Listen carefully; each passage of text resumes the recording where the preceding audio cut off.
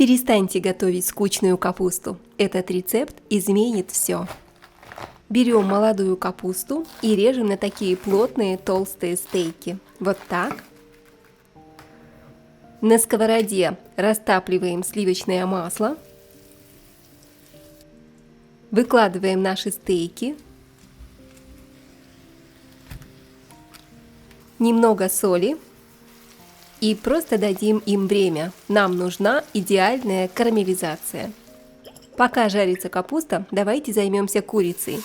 На оливковом масле обжариваем куриную грудку, приправляем солью, черным свежемолотым перцем и добавляем немного копченой паприки для цвета и для копченого аромата. Посмотрите, какой золотистый оттенок, уже пахнет домом. Возвращаемся к капусте, переворачиваем. Ох, вы только посмотрите на эту корочку, красота! Оставляем томиться дальше. Теперь переворачиваем курицу и снова немного соли и копченой паприки. Не торопитесь на этом этапе, пусть все станет золотистым. Капуста уже готова, пока переложим ее на тарелку. Очень аппетитно выглядит и получается просто божественно вкусно. На этой же сковороде растопите немного сливочного масла, отправляем сюда тонко нарезанный лук-шалот, приправьте немного солью и черным свежемолотым перцем.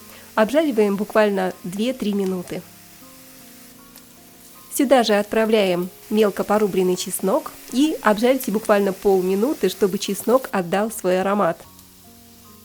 Возвращаем наши капустные стейки к луку. Вот так, аккуратно укладываем.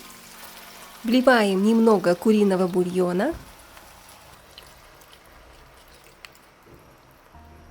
И добавляем сливки. Получится такой нежный кремовый ужин. Вся семья точно будет в восторге.